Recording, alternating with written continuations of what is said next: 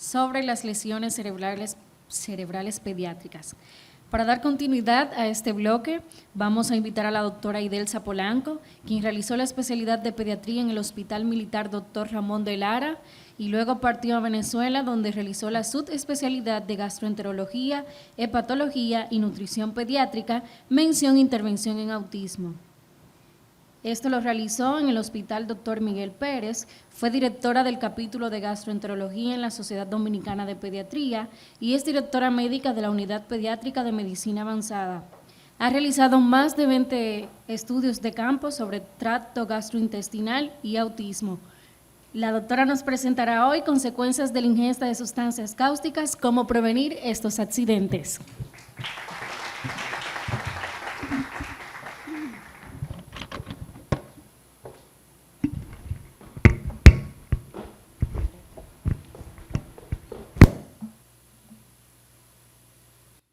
En nuestro país, cada año, cientos de niños quedan marcados para toda la vida por la ingesta accidental de desgrasantes y potentes limpiadores que usamos de manera habitual en el hogar. La ingesta de cáusticos en la edad pediátrica es un problema grave que produce una lesión progresiva y devastadora en el esófago y el estómago. La sustancia que más comúnmente nosotros recibimos por ingesta es el desengrasante. Son sustancias que se usan para la limpieza del hogar.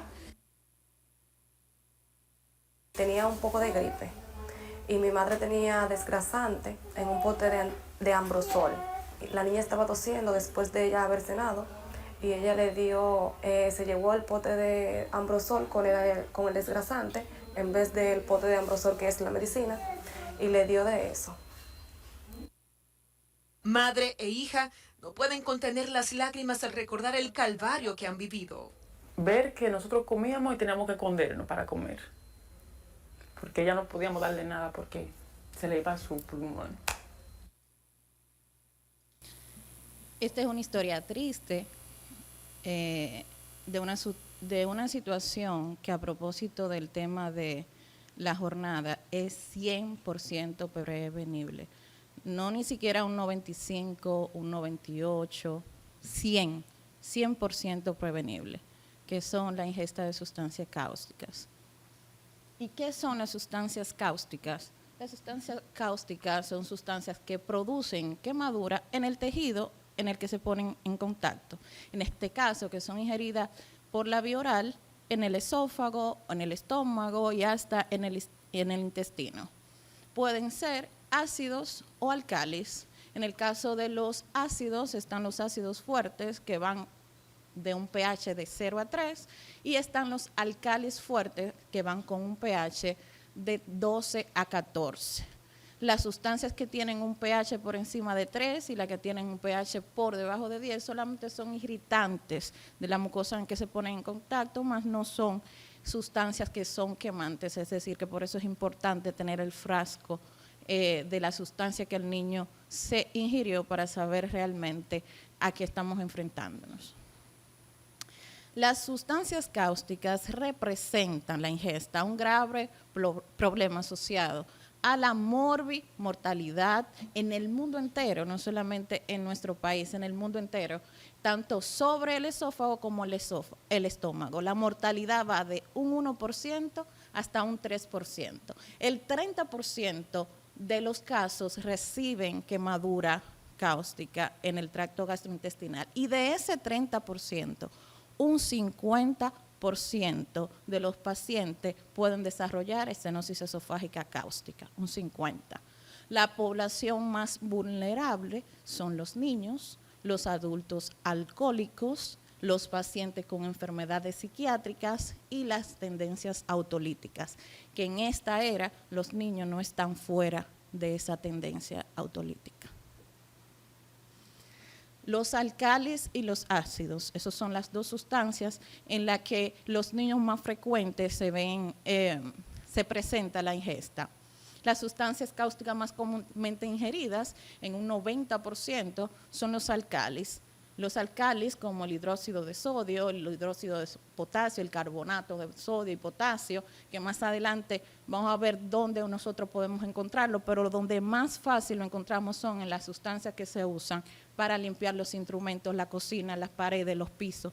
En todas esas sustancias están el hidróxido de potasio, carbonato y aluminio. Los menos frecuentes son los ácidos y industrialmente los más quemantes, por decirlo así, son el ácido clorhídrico y el sulfúrico. La epidemiología. Los productos del hogar son la segunda causa de intoxicación, sí, pero son la segunda causa a nivel mundial por estadística. En nuestro caso, de nuestro país, son la primera causa. La mayor incidencia se presenta en la edad de 1 a 4 años, teniendo un promedio de edad de 3 a 4 años. El sexo más frecuente afectado es el masculino, con una estadística de 1 a 2. En la infancia es de origen accidental. En la adultez o en la adolescente también predominan los intentos suicidios, que también lo hemos visto en muchas ocasiones. La epidemiología. En Estados Unidos ocurren entre 5.000 a 20.000 ingestas de cáustico cada año, de las cuales el 80% son en niños menores.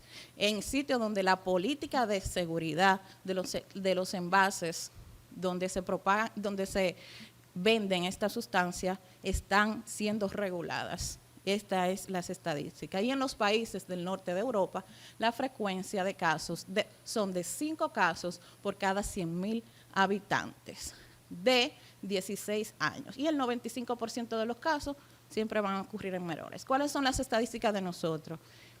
No podemos hablar porque no se han hecho unas estadísticas de país, pero sí podemos hablar de las estadísticas del Hospital Hugo Mendoza. En el Hospital Pediátrico Hugo Mendoza, en la unidad de endoscopía, se hacen un promedio anual de 424 a 612 procedimientos endoscópicos.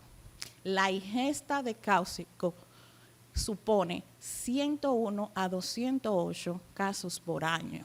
Es decir, de un 20 a un 35% de los pacientes que nosotros hacemos endoscopias son por ingesta de cáustico. Y de esto, de todos los procedimientos terapéuticos endoscópicos, el 50% son procedimientos en pacientes que han ingerido cáustico para dilataciones. La patogenia del cáustico, ¿de qué va a depender? Va a depender de algunas circunstancias que pueden estar presentes en el paciente y en el cáustico. Primero, el pH, entre más ácido o más básico, más riesgo de quemadura. El volumen ingerido no es lo mismo un niño que se lo toma de manera accidental, que lo prueba y lo bota, que uno que lo hace para un intento autolítico que de verdad toma una cantidad importante. La forma de presentación, líquida o sólida, los sólidos generalmente están más concentrados. Esas pastillas que se usan para limpiar en el inodoro, el cloro de piscina que viene sólido, es más concentrado. La concentración, la viscosidad, entre más viscoso, más concentrado. La duración del contacto, es decir, el tiempo que dura el contacto del cáustico en el sistema digestivo, que eso va a estar altamente relacionado con el tiempo del tránsito intestinal del paciente. La presencia o no de comida, en algunos casos la comida actúa como amortiguador del cáustico. La presencia o no de reflujo gastroesofágico, si es un niño que tiene reflujo gastroesofágico y arriba de eso se toma un cáustico y ese cáustico le refluye, tiene riesgo de quemarse 2 veces. Las entidades premórbidas del paciente, sea un paciente con gastritis, esofagitis y arriba tiene una agresión por un cáustico, tiene más riesgo de quemarse. Y la reserva titulable, que es la concentración por mililitros de ese cáustico. Los alcalis son las sustancias más lesivas y peligrosas. El 90%, por no decir el 95%, de los pacientes que nosotros tenemos con dilatación esofágica son por alcalis. Son potencialmente productores de lesiones, sobre todo en el estómago, en el esófago, en el estómago menos. Son inodoros, son insípidos y no dan molestias inmediatas cuando el niño se lo toma. Los ácidos son de sabor amargo, son irritantes olfativos, pueden dar neumonitis química y en el 80% de los casos no hay una lesión esofágica porque ellos queman por contacto. El esófago ellos pasan rápido, pero mientras más tiempo están en el estómago, tienen más probabilidad de quemar. Y representan el 25% de la ingesta de cáustico. Los agentes de uso habitual. Aquí tenemos algunos ejemplos de dónde nosotros podemos encontrar los ácidos y los alcalis. Los ácidos, como ustedes ven, los que son más potentes son los blanqueadores, las cosas que se usan pero que son potentes para, no el cloro normalmente de lavar, sino esos que son blanqueadores y son bien concentrados, el cloro de piscina, el ácido de batería. Y los alcalis, bueno, los limpiahornos, los desengrasantes, el arizolín, que lo voy a decir con todos sus apellidos, que son el 90% de los niños que nosotros recibimos, han tomado ese desgrasante que no tiene ni siquiera título de qué está compuesto. Ay, perdón. La patogenia, tenemos que tener en cuenta mucho los síntomas que tiene el niño que ingirió un cáustico. Un niño que no se queme la boca no quiere decir que no se haya quemado el tracto gastrointestinal. Hemos visto niños que no tienen ninguna lesión orofaringea y cuando entramos están totalmente quemados. Entonces, los síntomas son odinofagia, disfagia, cialorrea, enfisema subcutáneo. Ojo con eso, si encontramos enfisema subcutáneo, hay aire que se está saliendo de algún sitio, es decir, que puede haber una perforación. Disfagia, estridor. El estridor generalmente se da cuando también hay implicación de la vía aérea. Edema, pérdida del epitelio y pseudomembranas en los labios, boca, lengua y quemadura en la cara o en el tórax. Dolor torácico, si la quemadura fue en esófago medio, disnea, taquipnea, epigastralgia, náuseas, hematemesis y ojo, irritación peritoneal. Cuando hay irritación peritoneal tenemos que pensar que hubo perforación, es decir, que tenemos que examinar, no solamente ver si el niño dijo que se tomó un cáustico, si se quemó la boca, hay que hacerle un examen físico. Entonces, después que el niño ingirió el cáustico, hay fases, igual que la fase de la quemadura en la piel, hay fases de la quemadura a nivel del tracto digestivo, que van a determinar muchas cosas de las que vamos a hacer. Primera fase, del primer al tercer día hay una necrosis y una saponificación de la lesión, igual como hacen las lesiones en piel. Por eso, esa es la etapa ideal en nosotros hacer la endoscopia antes de las 72 horas porque hay menos riesgo de perforación haciendo el estudio. La fase diagnóstica. Si pasamos del tercer día o vamos a la segunda fase, no es recomendable hacer la endoscopia. ¿Por qué? Porque hay, en la segunda fase del tercer al quinto día, hay una ulceración, pero es una úlcera muy lábil, que si la rompemos con el endoscopio o insuflando aire, podemos perforar. La tercera fase, que va del sexto al 14 día, entonces ahí sí inician los fenómenos de cicatrización y el edema y la inflamación va siendo sustituido por tejido de granulación. Y la última fase, que es la cuarta, que va de 15 a 30 días, ya en esa fase ya es la fase total de cicatrización, que es donde se produce la estenosis. Por eso, lo ideal es a los 21 días, que es una media, dice la escuela americana, y la escuela española dice que se pueden hacer incluso dilataciones tempranas al 21 días, es lo ideal para hacer una serie esofágica y comenzar con las dilataciones. Hay una clasificación de acuerdo a la quemadura esofágica y gástrica, se llama la clasificación de Stargardt. Esa clasificación nos va a dar qué grado de quemadura tiene el paciente. Grado 0, que es normal, grado 1, hiperemia y edema, grado 2, ulceraciones superficiales y circunscritas, y el grado 2B ya está más extensa. En el grado 3 hay ulceraciones y necrosis y se habla de un grado 3B, que es la perforación esofágica.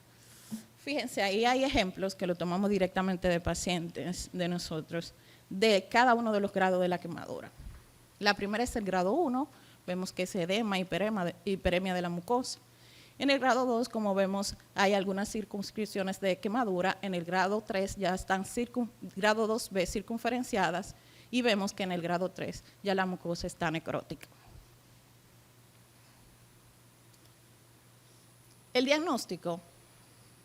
Primero, para el diagnóstico hay que pedirle a los padres que le lleven una muestra del producto. ¿Qué pasa? La mayoría de los desgrasantes que se están comercializando actualmente no tienen ni siquiera en la etiqueta qué tienen dentro. Simplemente la promoción, porque están siendo de elaboración casera y de elaboración en industrias que ni siquiera etiquetan el producto.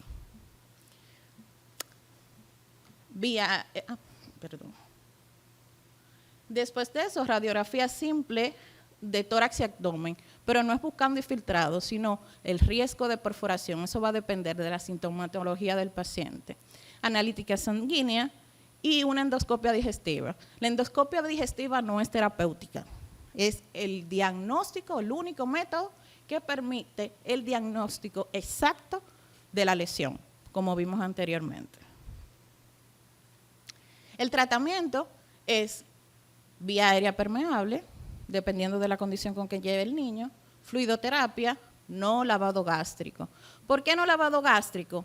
Los cáusticos son una sustancia quemante de la mucosa en que se ponen en contacto. Si le hacemos lavado gástrico y el niño vuelve y vomita, vuelve y se quemó. Por eso debemos decirle a la madre que no le provoque el vómito, porque entonces vuelve y se quema con la misma sustancia cáustica.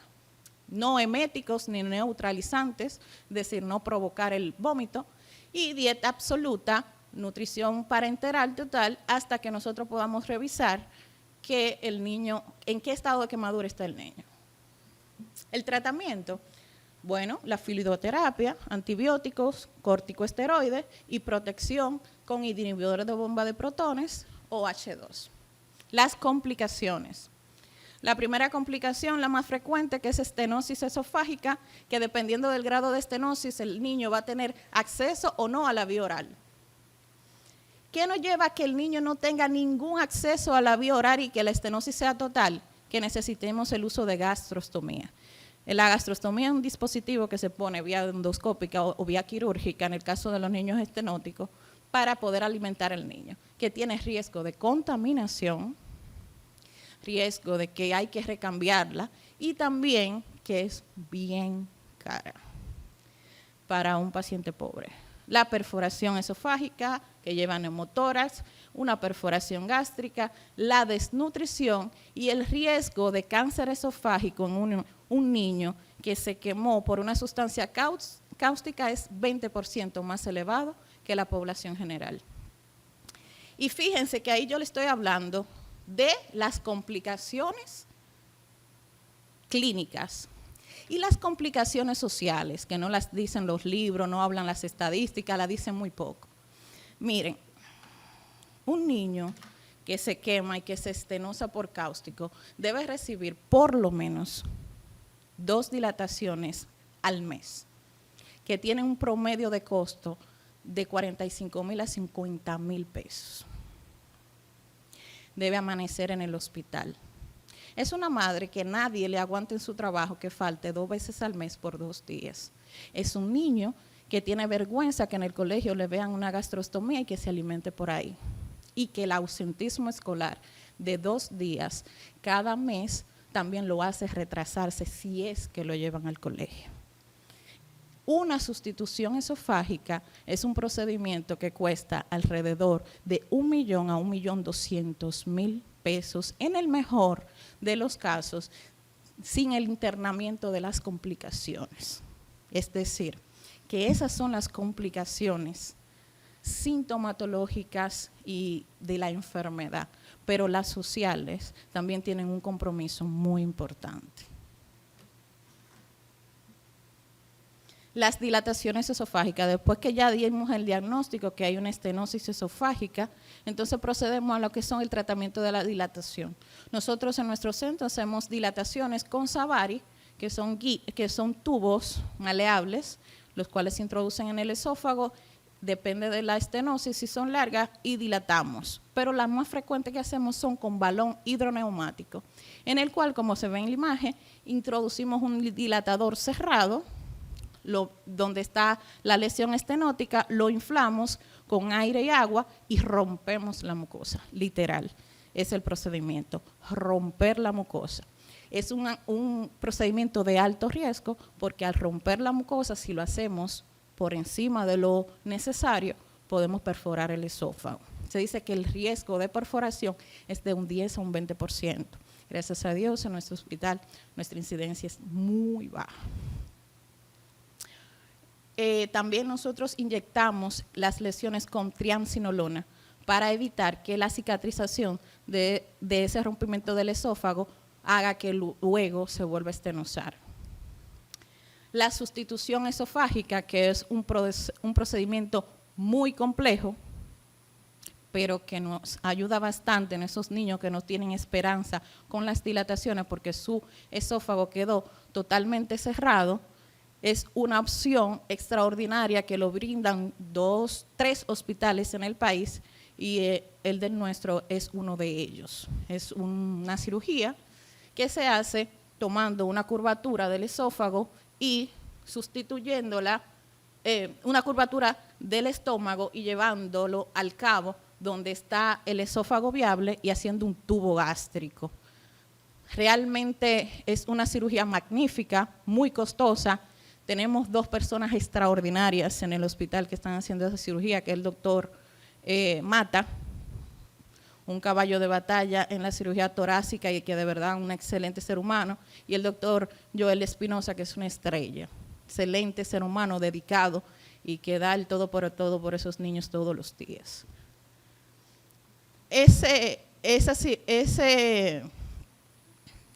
No pago payola.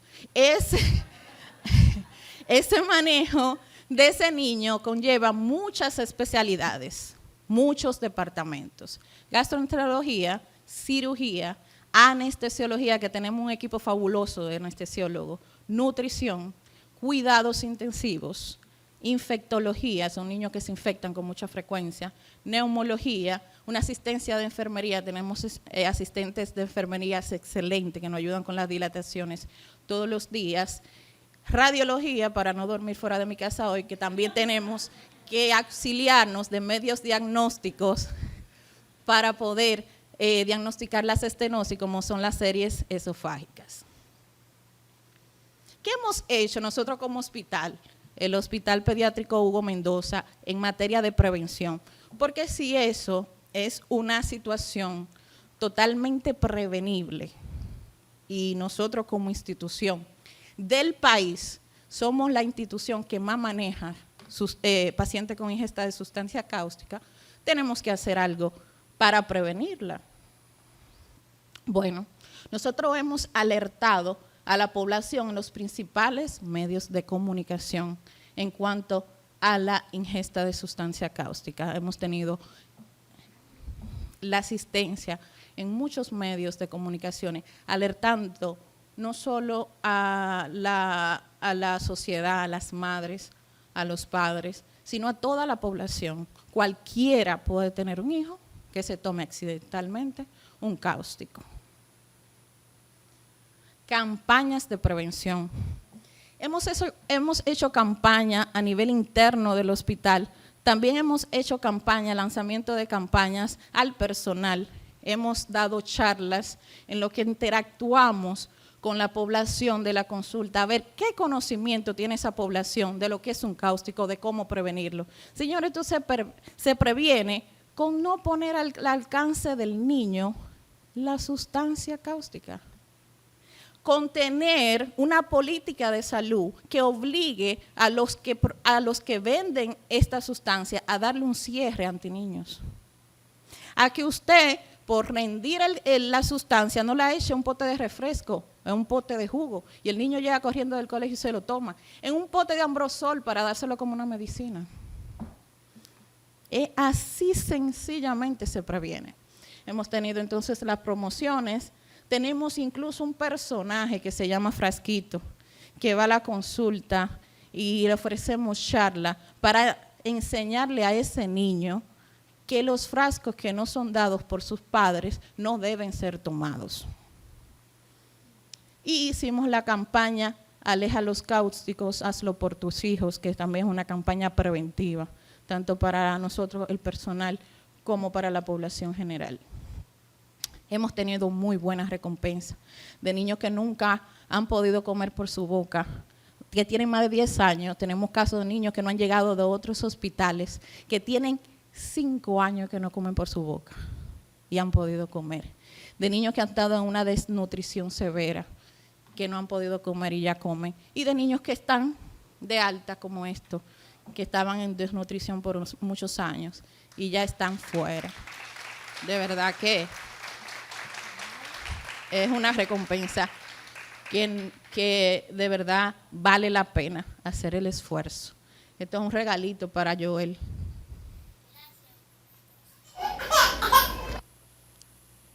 Si le pueden poner. Gracias, Hugo Mendoza. Gracias, Hugo Mendoza.